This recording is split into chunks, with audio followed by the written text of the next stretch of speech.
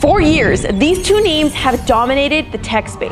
Apple, polished, clean, and loyal to its ecosystem. Samsung, powerful, open, and constantly pushing boundaries. But the question I've always had is which one actually works better in real life? As someone who has been deep in the Apple ecosystem for literally years, I wanted to see if Samsung could compete and maybe even win when you use the entire two lineups side by side. So I gave myself 24 hours with only Apple and only Samsung to see who truly has the better ecosystem once and for all. Both my devices woke me up at a crisp 8 a.m. to start the day. Nothing special here, both of them worked great as alarm clocks. What I was really curious to see was which one actually tracked my sleep better. Samsung has the Galaxy Ring, which works great for tracking your health and your sleep. Apple doesn't have anything like that at the moment, so if you want to track your sleep, you have to wear the Apple Watch to bed. Already, Samsung had the upper hand because sleeping in a ring is much more comfortable than a bulky watch around your wrist, especially since I sleep with my hand under my pillow. But that aside, I really wanted to see who was going to provide better sleep information. After doing my daily doom scrolling that I usually do, I checked both the apps to see which gave me more data. And no surprise, the Samsung Ring nailed it. It gave me a quality of sleep, how long I was in REM sleep, deep sleep, gave me scores for different ways that I'm resting. Apple also showed the different sleep levels and the time throughout the night, but Samsung specifically made a device for tracking sleep. Obviously, it was a lot better. Sleep tracking, the point goes to Samsung. I was really impressed with this one. Then it was time to plan my day and make a to-do list. So the thing is, I don't really use built-in Apple apps. I don't use the Mail app. I don't use their Calendar app. I don't really like them. I only use Google apps. Google Calendar, Google Mail. And the thing is, Samsung and Google integrate so well together. And don't get me started on Gemini. I freaking love Gemini. Plus, the built-in pen with the Samsung S25 Ultra was really fun to use. It made me feel very productive. Plus, I am a massive fan of what Samsung's doing with the morning brief. Literally, you wake up and Samsung's telling you what the weather is, the time, any updated news you might want to hear, and even what's on your calendar for the day, and also your sleep score. Like, that was so awesome to wake up to. I tried to test out both the AI to see which could help me plan my day better. Both of them could put things on my calendar. The problem was Apple will not put it on my Google Calendar. It'll only put it on my Apple Calendar versus Samsung directly puts it into my Google Calendar, which I prefer to use. Schedule a hair appointment on my Google Calendar. When should I schedule it for?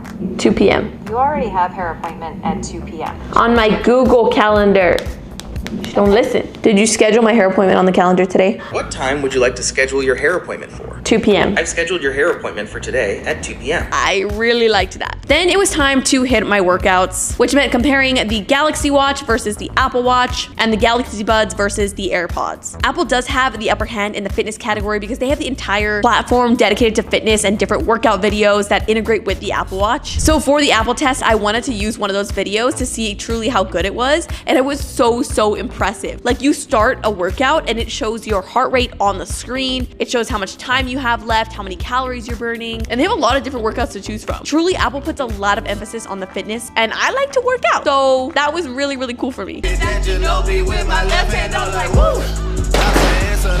When it came to Samsung, I just did a normal workout of like weightlifting, and as expected, both watches tracked my heart rate, calories, the boring stuff. They did a good job. Both of them did fine. I did find myself enjoying Apple's platform a bit more because it's just so clean and precise. It might just be because I'm used to the Apple platform, but personally, if you look at both fitness apps, Apple's is just a lot cleaner and easier to read versus Samsung's slightly cluttered platform. Obviously, both are really good. I'm just gonna have to be really nitpicky to really find who's better here. Honestly, when it comes to fitness, Apple has to take the win on that one. When it came to listening to my music during my workout, I did like Apple's noise cancellation a bit better. It definitely cleared all the noise out compared to the Galaxy Buds. But let me tell you, my Galaxy Buds were not falling out. Like, I genuinely did like crazy workouts, like jumping around, and those things were stuck in my ear. Versus like AirPods, I swear they fall out every 5 seconds during my workout. And honestly, I really like the quality of the sound with the Galaxy Buds. Like, I don't know why. I just found myself really enjoying listening to music on them. Both have their pros and cons, so I'm gonna call the audio a tie, but the Galaxy Buds did surprise me, I'll tell you that much. At this point in the day, I feel like I was pretty tied on which was doing better. Like, both were doing a really good job, and it became a lot of a closer competition than I initially thought. But then it came down to the most important part, in my opinion, working. For the Apple side, we have the MacBook Air, and for Samsung, I got the Chromebook. And I also decided to add the iPad mini Apple work system since the Chromebook was a 2-in-1 device. Samsung was already in the lead for that because the Chromebook doubled as a laptop into a tablet with a pencil included. I feel like if you want that, you have to buy a MacBook, an iPad, and an Apple Pencil and sell your left kidney to get it. So Samsung is honestly king for including all of the accessories in the device, unlike Apple where you have to buy everything separate.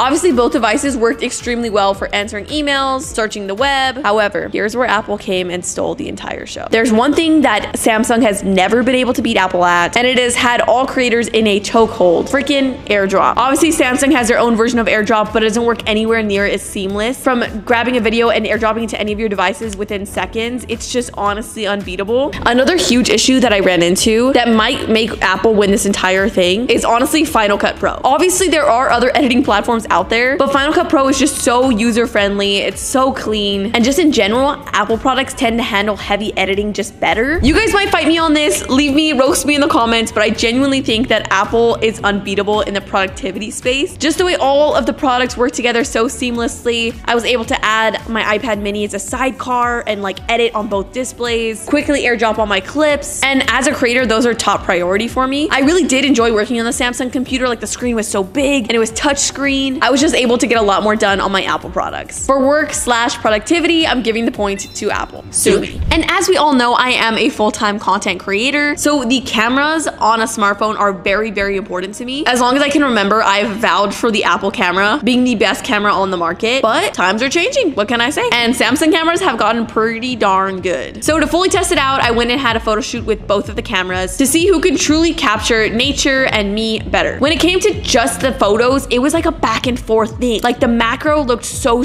much better on Samsung, but then just some pictures looked better on Apple. And then Samsung had an incredible 100 times zoom. Like Apple could never. And then it seemed like sometimes Samsung colors were just more colorful and bright, and Apple just tended to like do weird editing with the photos. But I have to say, I have a bone to pick when it comes to uploading content on the Samsung. Like sure, when I take photos on the Samsung, they look great, they look awesome. But for some reason, when someone uploads content from TikTok or Instagram, I can tell that it's a Samsung phone and it just doesn't look good. So to test this, I shot a TikTok video on both Apple and Samsung phones, and it's so very different. I'm uploading them now here on the screen. Let me know which one you think looks better. I swear I don't think Samsung looks good. At this point, I am so torn on which camera is better. So I'm gonna let you guys decide. I uploaded 2 Instagram pictures on this Instagram. Go leave in the comments which one looks better blindly, and then on my Instagram, we'll calculate which one got more votes. You guys won't know which camera's which, so it'll be completely unbiased. Let me know in the comments down below here too, because I genuinely cannot decide which is better. Then when it came down to unwinding, I obviously had my Apple TV, which I don't normally use, but I got for the video. And obviously Apple has like Apple TV and like all these different platforms to watch media. And with the Apple TV, everything like synced onto my iPhone, which I thought was really cool. Honestly, I don't think Apple's doing anything special when it comes to gaming or media in general, but it does what it needs to do and it does it well. So it's not really bad. I mean, you can watch a movie on your iPad, your MacBook. It's really all the same.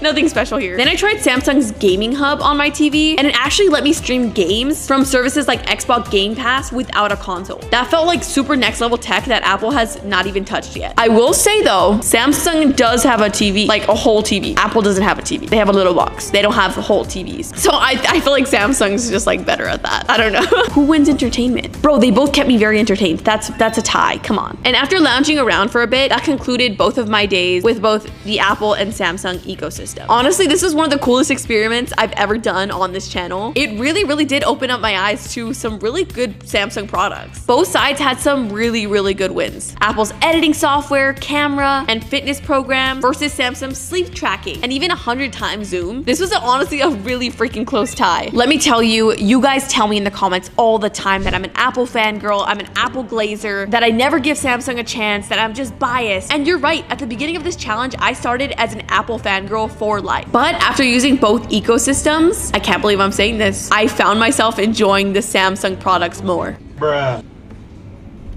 That is crazy. I genuinely loved how good Gemini was and all of the software. Even the S25 Ultra just was such a huge screen. However, because of my career, Apple will still always be my daily driver. If this video gets 100,000 likes, I'll switch to Samsung for good. That's literally impossible, so good luck, but like the video. And maybe I'll switch to Samsung.